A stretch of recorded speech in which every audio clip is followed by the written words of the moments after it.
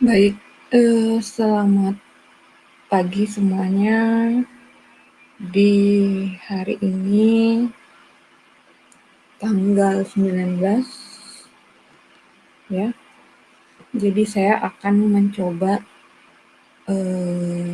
di pertemuan 12 ini, saya akan mencoba menjelaskan tentang analisa trust simetri. Oke, sebentar saya cek dulu.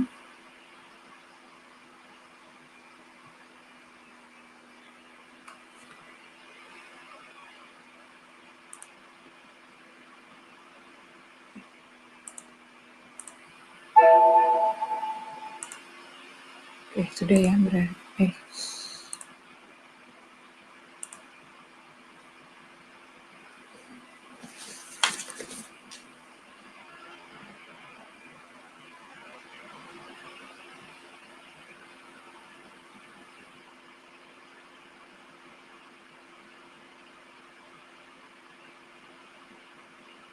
Ya, jadi untuk yang absennya error,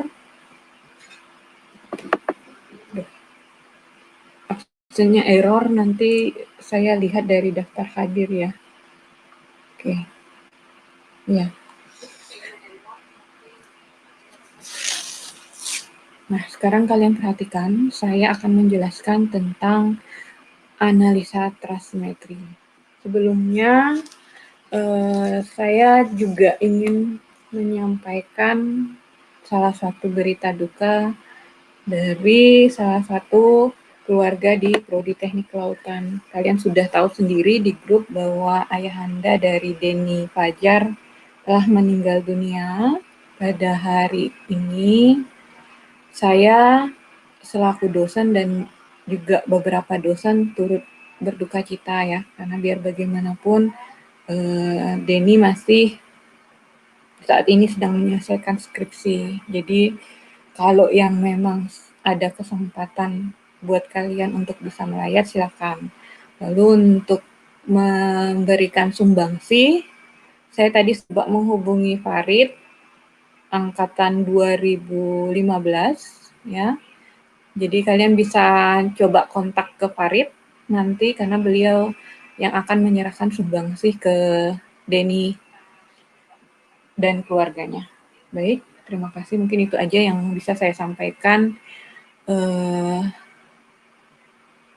untuk bisa membantu Denny, dan juga kita doakan semoga almarhum ayahanda Denny diterima ibadahnya ya, dan segala amalnya, serta Denny dan keluarganya diberi ketabahan yang luar biasa.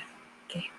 Baik, saya lanjutkan untuk pertemuan 12 ini, materinya tentang analisa trust simetri.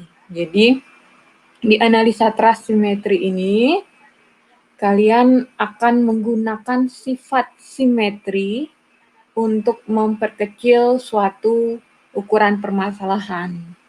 Di sini nanti kalian dikenalkan dengan contoh masalah trust yang persamaan kekakuannya diselesaikan dengan mengadakan partitioning atau mempart dari persamaan matriknya, ya.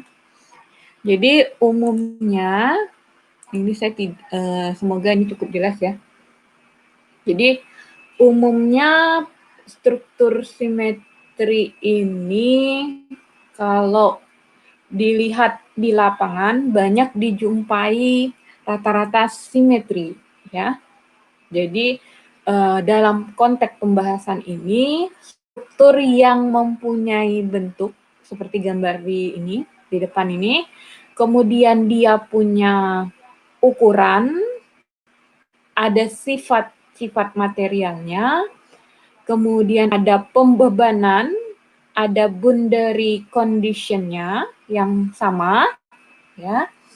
Pada bagian sebelah menyebelah, jadi ada bagian sebelah menyebelah seperti ini gitu. Dari garis atau bidang simetri, jadi garisnya sama, bidang simetrinya sama, dari strukturnya juga. Nah, Dengan sifat simetri ini, maka perhitungan dan analisanya kita akan mencoba melakukan separuh dari strukturnya. Ya. Oke, ini semoga kelihatan. Jadi separuh strukturnya, jadi kita bisa namanya mereduksi ukuran matrik. Kalau kalian lihat dari gambar ini, ya,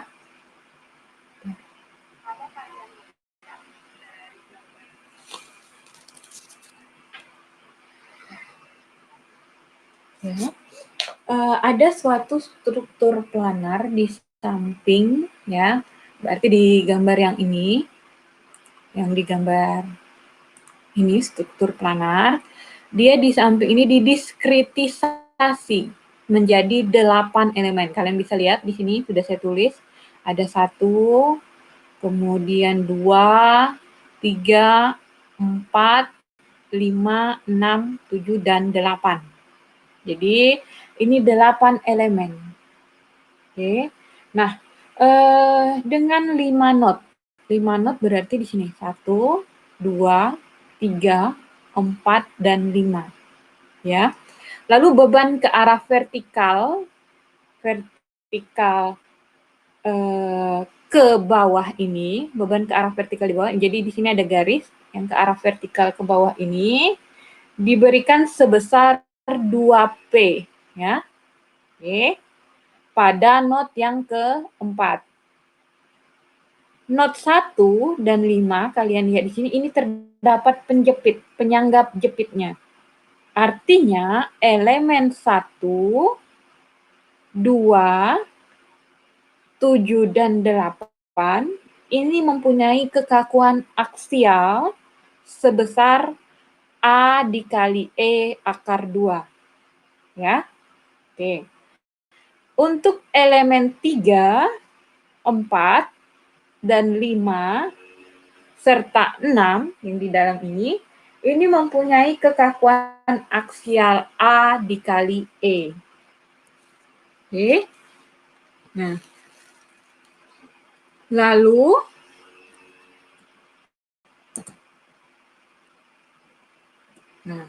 bagaimana kita sebelumnya saya jelaskan dulu, A seperti kalian ketahui adalah luas penampang dan E adalah modulus elastisitas, ya. Jadi dalam menyelesaikannya, karena tadi kita ketahui adalah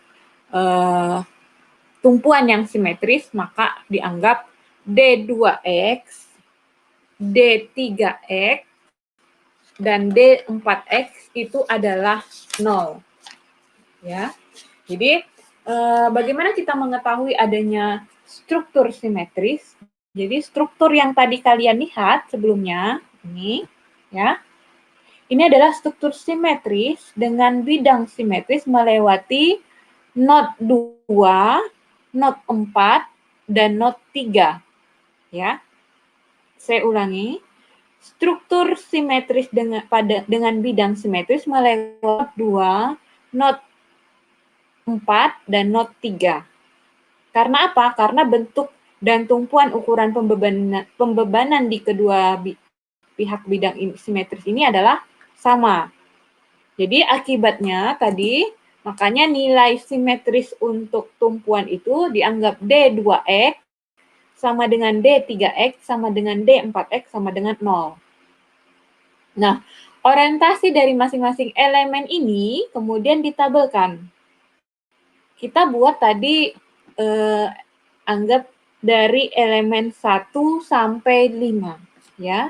Jadi elemen 1, elemen 2, elemen 3, elemen 4, elemen 5.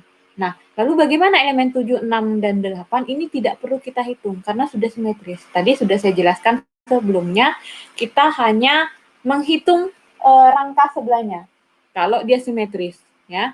Jadi yang kita hitung adalah 1, 2, 3, 4, dan 5. Oke, dari elemen itu kemudian ditabelkan untuk elemen 1 sampai 5. Oke, sudutnya di sini diketahui ini adalah 45 derajat. Untuk kedua, ini sudutnya 315. Jadi kita balik lagi. Jadi untuk sudut 1 ini 45, sudut kedua 315, sudut ketiga dianggap 0, kemudian sudut keempat dianggap minus 90 derajat, sudut kelima adalah 90. Oke. Nah, oke. Nah, lalu dari sini lambdanya ya dianggap 1/2 akar 2, kemudian 1/2 akar 2, kemudian 1, 0, 0. Ya. Mu-nya 1/2 akar 2 minus 1/2 akar 2, 0 min 1, 0. Ya.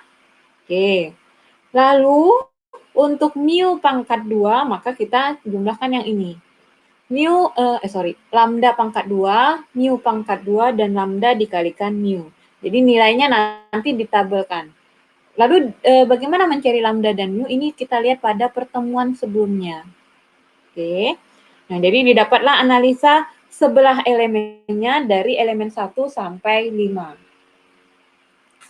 Nah, di sini kalau kalian gambarnya tadi yang saya ceritakan bahwa tidak perlu menganalisa seluruh struktur, tapi hanya separuh struktur di kiri atau di kanan bidang simetrinya. Jadi bisa dilihat dari gambar ini, arah, kemudian nilainya, ya kan? Tadi, oke. Jadi kalau dilihat ini kan gambar yang satu ke atas, kemudian yang elemen 1 tadi sudutnya yang 45 derajat, ya kan, yang ini. Kemudian yang elemen 3 tadi 0, elemen 2 total dari ini semuanya 315, kemudian di elemen 4-nya ada sekitar berapa tadi ya? Elemen 4 itu minus 90, kemudian elemen 5 90 derajat ya. Nah, di sini diketahui seperti itu. Nah, lalu dari tabel yang tadi, maka kita buat matrik kekakuan masing-masing elemen. Oke.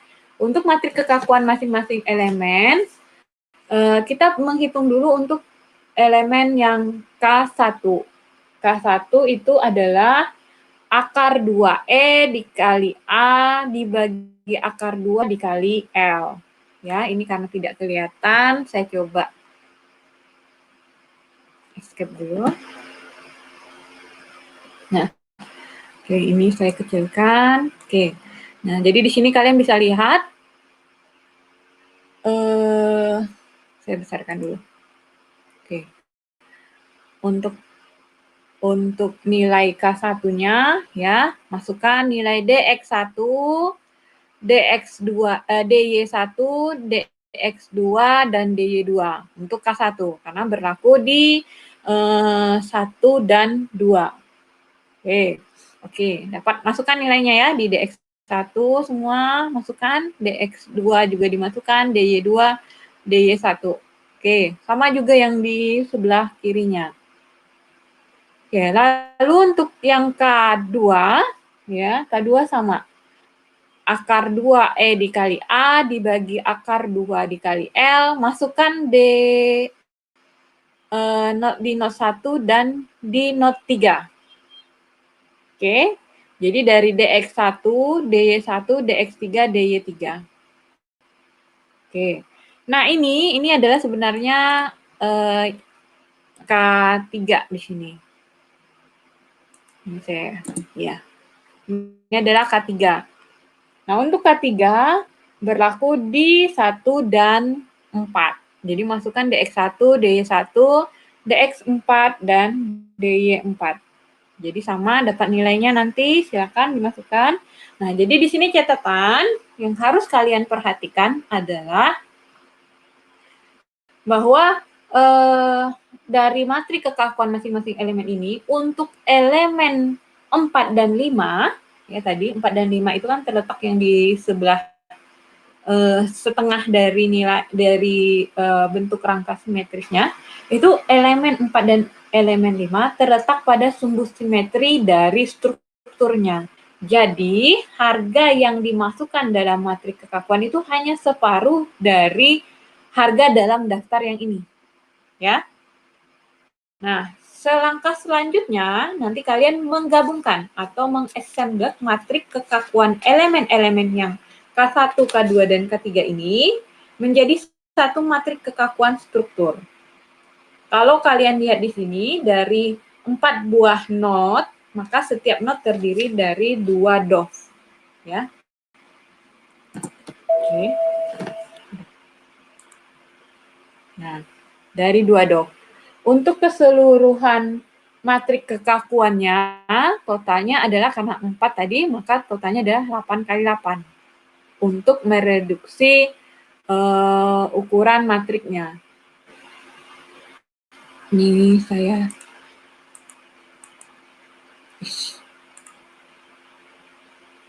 Nah, semoga kelihatan ya. Jadi untuk oke,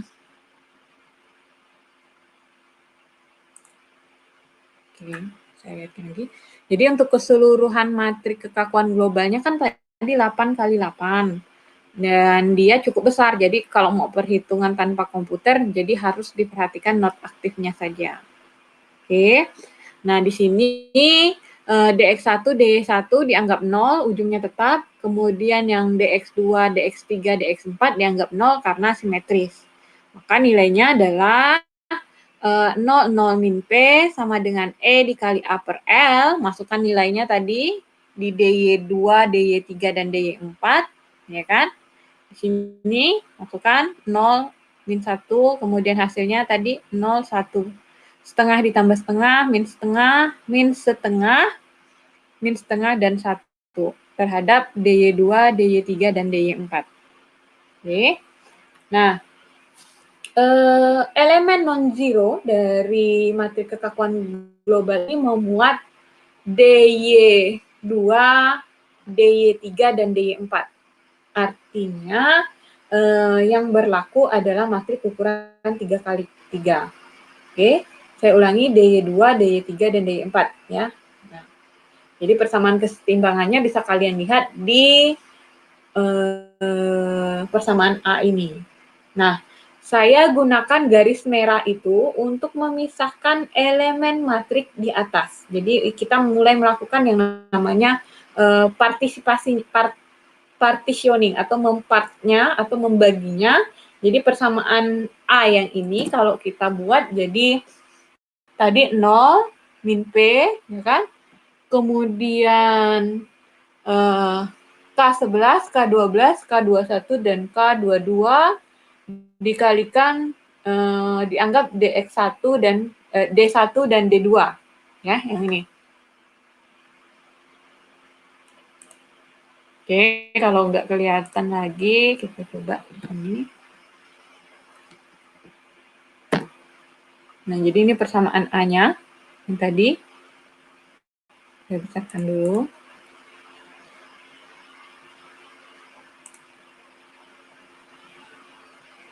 Ya.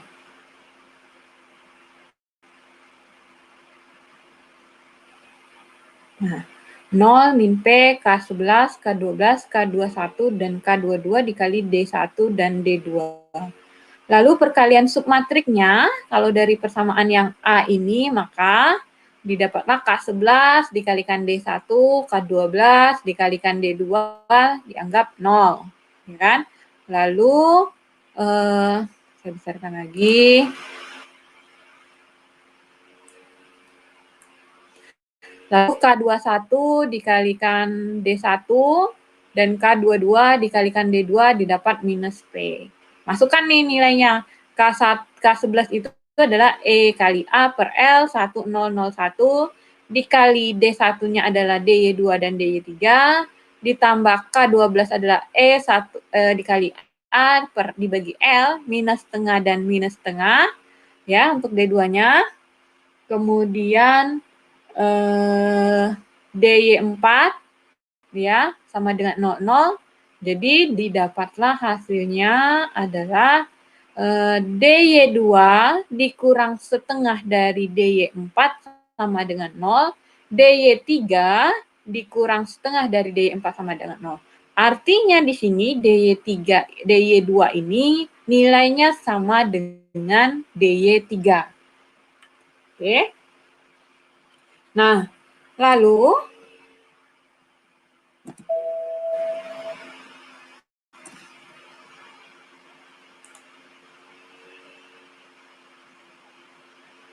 untuk persamaan C-nya tadi ya, E dikali A dibagi L min setengah kali min setengah dan min setengah, DY2 DY3 ditambah EA per L ya, 1 dikali DY4 sama dengan minus P ya. Nah, nilai yang ini kalau kita buat kita jumlahkan, maka hasilnya adalah min DY2 ditambah DY4 min P dikali L dibagi E dikali A. Ya. Jadi nilai persamaan D dan nilai E ini akan menghasilkan DY4 sama dengan min 2 dikali P dikali L di sini. Dibagi E per A. Nah, dapatlah nilai DY2-nya minus P per kali L dibagi EA, dan DY3 adalah minus P dikali L sama dibagi E pangkat 3. Nah, masukkan hasil perhitungan seluruhnya, kalau kalian lihat di sini, maka diketahui, oh ini nggak kelihatan ya. Oke. Untuk nilai DY2, DY3 kan sama tadi, masukkan nilai minus P dikali L per EA, sama dengan P dikali L per EA, ya kan? Sama dengan min 2P dikali L dibagi EA. Oke.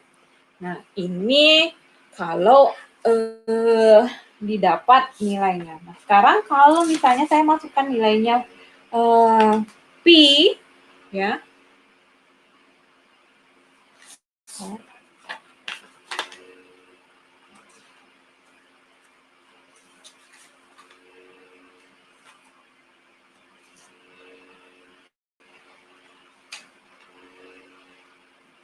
Oke, kalau misalnya nilai P-nya tadi adalah 35 kilonewton.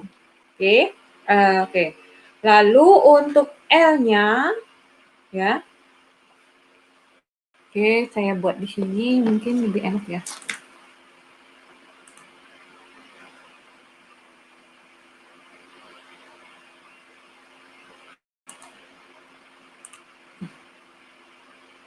Waduh, ini dia ada masalah. Sebentar ya.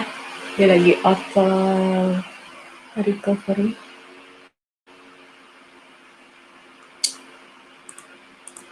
Oke, cukup kalian dengarkan saja. Jadi kalau P-nya 20 kilonewton, 35 kilonewton, L-nya tadi, jadi di sini P-nya 20 kilonewton, ya, P-nya 20 kilonewton, sorry. Saya ulangin, P-nya sama dengan 35 kilonewton, ya. L yang total ini adalah 10, artinya kalau L setengah ini 5 dan ini 5. Oke? Sudah? Nah, E-nya itu kalian masukkan 210 GPa. Kemudian A-nya 10 pangkat min 3. Jadi saya tulis dulu di sini.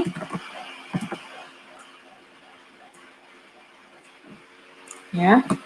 E itu tadi 35 kilonewton. Kemudian L total ya dari 4 dan 5. Oke. Itu 10.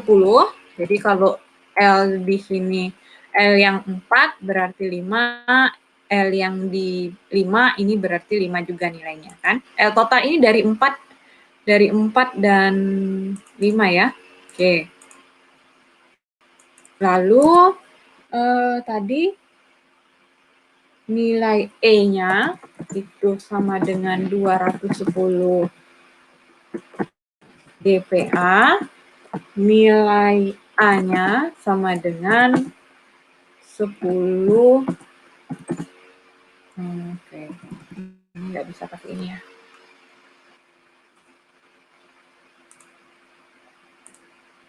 Oke, jadi pakai ini. 10 pangkat min 3. Oke. Lalu M pangkat 3. Oke. Coba kita cut dulu ini. Ya. Kita masukkan ke nilai yang tadi. Nah, ini S. Ya. Kecilkan dulu.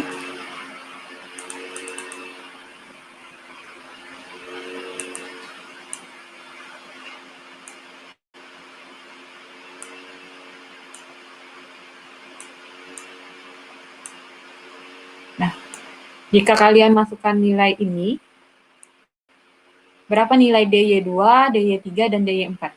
Ya. Oke, itu. Itu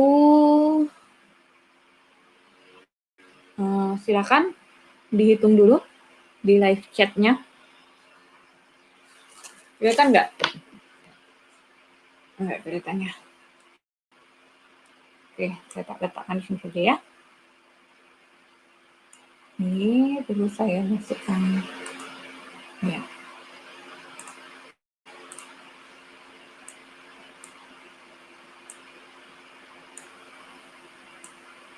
Ini. Oke. Ya. Ya kan? Tadi sudah ada Yongki kayaknya. DY2 minus 1667. Oke, terima kasih Yongki. Lanjut. Yang lainnya.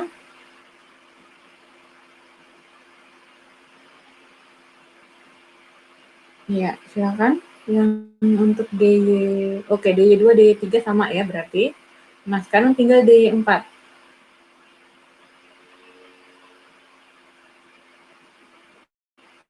Ya, selain Yongki juga boleh DY4 siapa?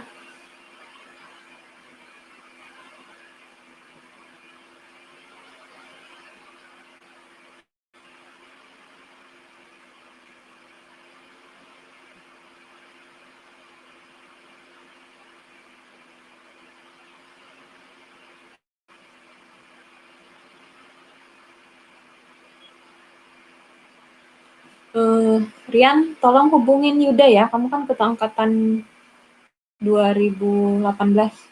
Itu kayaknya angkatan 2014 semuanya pada mau pergi melayat. Kalau kamu sempat, sekalian ikut aja ya.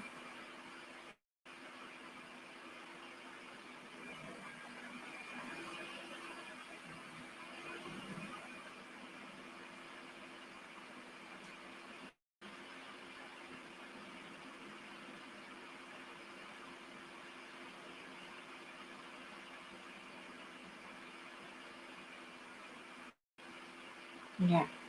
Oke, daya 4 minus 3333. Oke. Oke. Ini Yongki paling cepat nih kalau sudah ini. Udah soal hitungan ya. Oke ya. Terima kasih Yongki sudah ketahuan. Jadi sudah cukup mengerti ya untuk yang perhitungan ini. Kemudian saya lanjut ke mana dia? Nah, untuk menghitung analisa stres ya. Nah, ini untuk menghitung analisa stres,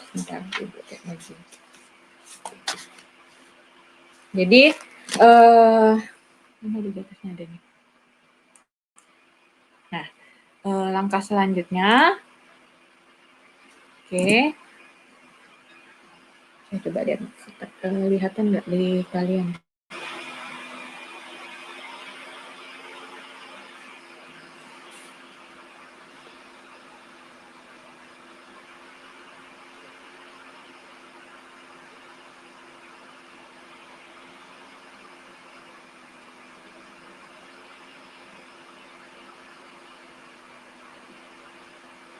Nah, ini nggak kelihatan ya. Berarti saya cukup ini aja. Nah, ini. Kalian akan menghitung yang namanya beban awal dan beban termal di sini. Oke, saya besarkan lagi. Jadi di sini ada namanya beban awal dan beban termal. Jadi kalau beban awal dan beban termal itu adalah salah satu saat struktur itu dibangun, jadi ada kesalahan fabrikasi, artinya mungkin dalam pemotongan batang logamnya yang akan dipasang, kemudian karena kesalahan ini, karena terjadi misalnya pada pemotongan logam yang lebih panjang daripada yang semestinya, kemudian ada lagi pemotongan yang pendek, konstruksi yang pendek, misalnya kayak bajanya gitu yang digunakan, itu lebih pendek daripada yang seharusnya. Jadi bagian-bagian ini kan harus seperti dipaksakan untuk membangun sebuah konstruksi. Nah, karena hal ini maka harus diperlukan beban awal untuk membangun konstruksi, ya kan? Nah, sedangkan beban lain yang mungkin dialami oleh suatu struktur karena beban tersebut terjadi perbedaan temperatur atau delta T-nya.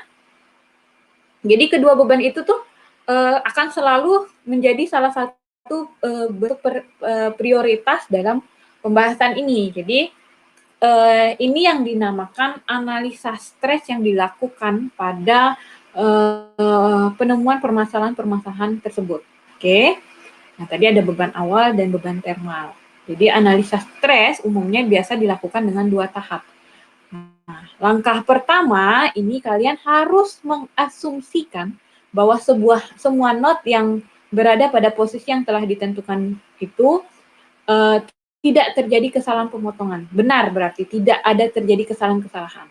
Kemudian di setiap elemennya cukup aman, tidak terjadi kesalahan fabrikasi, kemudian dianalisa dengan menghitung gaya yang terjadi dengan menggunakan persamaan ini. Ya, jadi persamaannya kalian bisa lihat di sini persamaan 5.1 S sama dengan E dikali min E dikali A delta L dibagi L. Ya. Nah, nilai delta L ini sama dengan kesalahan fabrikasi atau kesalahan pemotongan. Jika AL lebih besar dari 0, artinya bila batang terpotong lebih dari semestinya. Atau jika AL kurang dari 0, bila batang terpotong kurang dari semestinya. Nah, L adalah panjang yang seharusnya. Oke. Nah, kemudian di sini kalian bisa lihat ada gambar kasus. Nah, contohnya AL-nya adalah kurang dari 0. Bisa dilihat di gambar ini. Jadi pada saat dia membuat rangka untuk atap misalnya ya, atau rangka jembatan, nah ini terjadi kekurangan batangnya di sini. Oke. Nah, dari kekurangan nilai AL sama kurang dari 0 ini, maka akan ada beban yang timbul akibat perbedaan temperatur. Jadi kita harus gunakan persamaan. Aduh, ini nggak kelihatannya.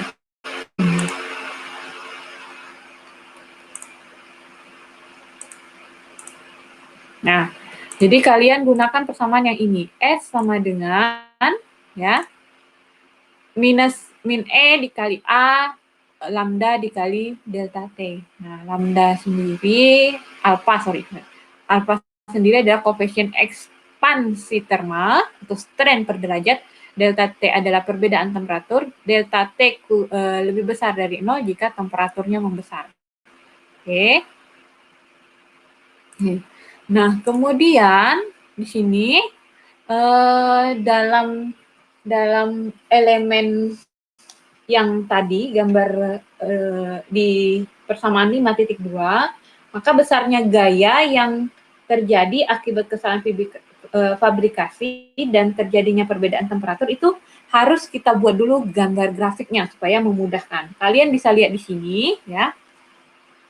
Oke. Kalian lihat di sini ada titik 1 ke 2, ya kan? Kemudian ada kelihatan juga ya kayaknya. Oke. Nah, ada di titik 2, Y2, V2, X2, U2, kemudian di 1 adalah X1, U1, kemudian Y1, V1. Ya. Nah, kemudian ini dibuat persamaannya. Persamaannya di sini, masukkan lagi. Nah, ini adalah persamaannya, sama kayak membuat persamaan matrik. X1, Y1, X2, Y2 sama dengan S dikalikan yang tadi minus alfa, minus lambda, minus mu, lambda, mu, sama dengan E dikali A, AL per L, lambda, mu, minus lambda, minus mu, ditambah E dikali A, alfa dikali delta T, lambda, mu, minus lambda, dan minus mu. Jadi ini persamaan 5/13-nya. Oke.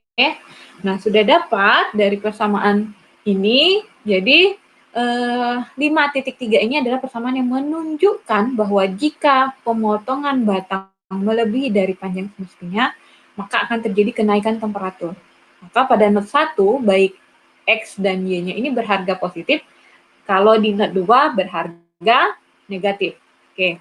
Untuk langkah 2, ya, langkah 2 di sini, ini angka 2, kalian bisa lihat, hanya menganalisa strukturnya. Jadi dengan memberikan beban luar berupa gaya sebesar S pada tahap 1 dalam arah berlawanan. Jadi pemberian gaya tambahan ini akan meniadakan akibat tarik dan tekanan karena kesalahan fabrikasi. Oke, kita masuk ke contoh. Ini contoh soal, kecil kan?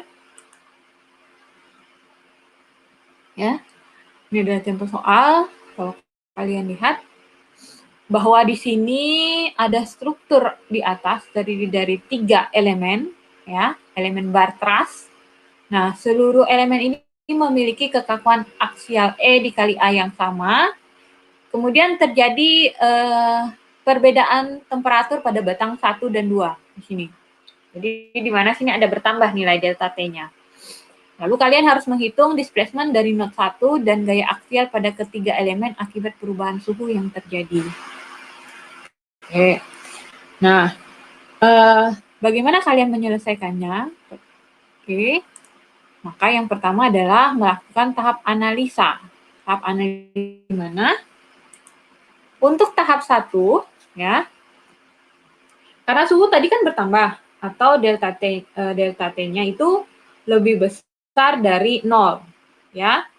Nah, jadi akibatnya elemen 1 dan 2 bertambah panjang, not 1-nya itu bergeser ke arah bawah.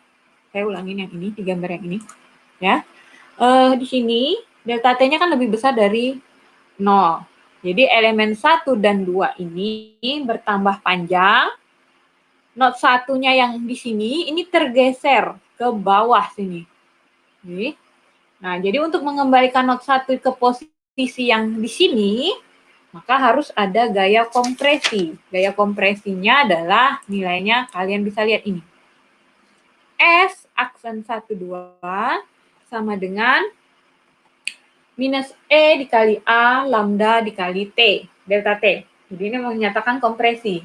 Minus itu menyatakan kompresi.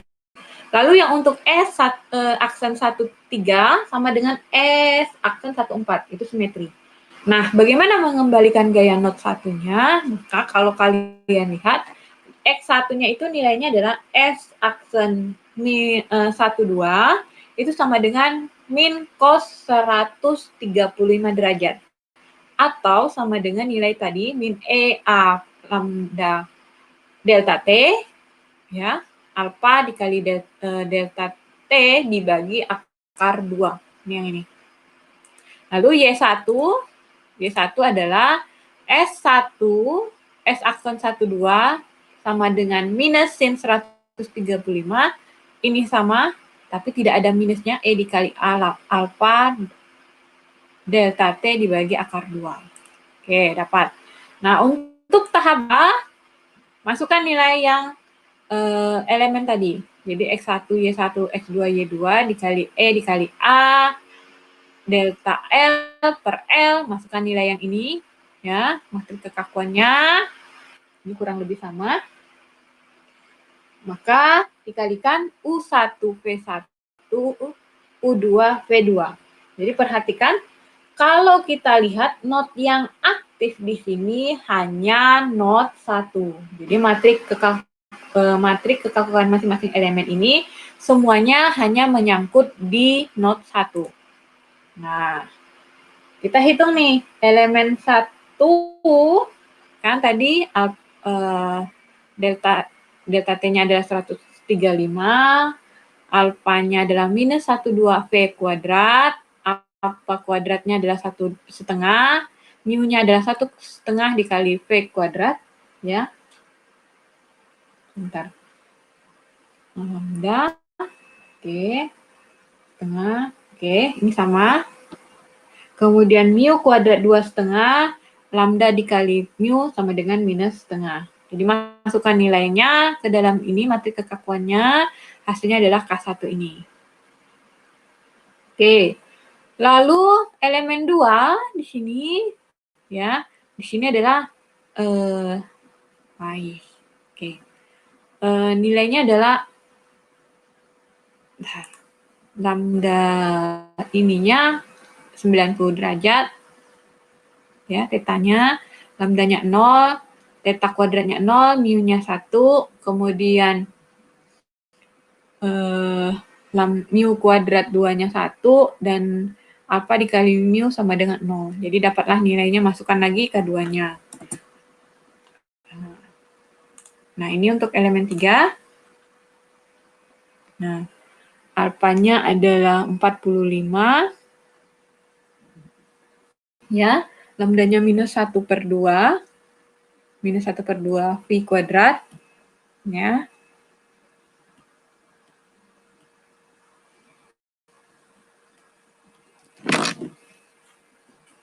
Oke, kemudian lambda kuadratnya sama dengan 1/2, mu-nya 1/2 V kuadrat.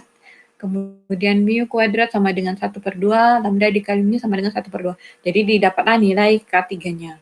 Nah, kalian langsung membuat assembler. Assemblernya berarti memasukkan nilai yang tadi. K1, K2, K3. Hasilnya adalah K strukturnya adalah E dikali A dibagi L akar 2, 0, 1, 0, 0, 1, akar 2. Ya. Nah, ini sudah dapat kan nilai nilai K strukturnya. Lalu dari nilai K strukturnya ini, ya kan, kalian harus menghitung nilai dari P1-nya. P1, P2-nya. Karena kan tadi hanya dua daerah itu yang harus kalian hitung. Nah, jadi untuk P1, P2, ini rumusnya E dikali A, L akar 2, 1, 0, 0, 1 akar 2, P1 dan U1 dan V1. Masukkan nilai dari P-nya ini, sebesar nilai yang ini, ya. Untuk P2 minus, ya kan? Kalikan, masukkan nilainya kembali, dan ingat bahwa nilai P1 dan P2 berlawanan arah dengan X1 dan Y1. Oke. Nah, di sini saya besarkan supaya kelihatan. Jadi U1 V1 sama dengan nilainya ini, dikalikan dengan nilai ini, jadi dibalik. Dapatlah hasilnya U1 V1 adalah L dikali alfa dikali delta T 1 min akar 2. Ya, ini hasilnya. Setelah ini, ya, kalian akan menghitung besarnya gaya aksial di sini.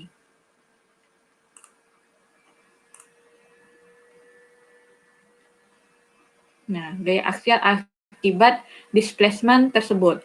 Jadi ini yang tadi kalian hitung ada S aksennya 1, ini S2, aksennya ada 2, 1 dengan 2. Jadi sama dengan E dikali A dibagi L akar 2, kemudian minus 1 dibagi akar 2, 1 dibagi akar 2, kemudian ini U2 dikurang U1, V2 dikurang V1, hasilnya adalah ini. Untuk S aksen 2 ini 1 ke 2. Lalu S aksen 1 dan 3 dihitung juga. Nah, ini yang berubah U3 dikurang U1, V3 dikurang V1. Nah, untuk S aksen 1 dan 4, ini U4 dikurang U1, V4 dikurang V1, jadi nilainya dapat semua untuk X aksennya. Nah, lalu ada namanya prinsip superposisi dari gaya-gaya kedua langkah yang tadi. Kalian sudah menghitung yang tadi ini, ya kan? Saya besarkan. Ya. Kalian sudah menghitung nilai S aksen 12, S2 aksen 12 juga, ya kan? Nah, ini dijumlahkan nanti untuk menghitung S12. Hasilnya adalah ini, akar 2 per 2E dikali A, alfa dikali delta T, dalam arah tekan. 1 ke 2 itu ditekan. Lalu untuk 1 dan 3, masukkan rumusnya tadi, ya.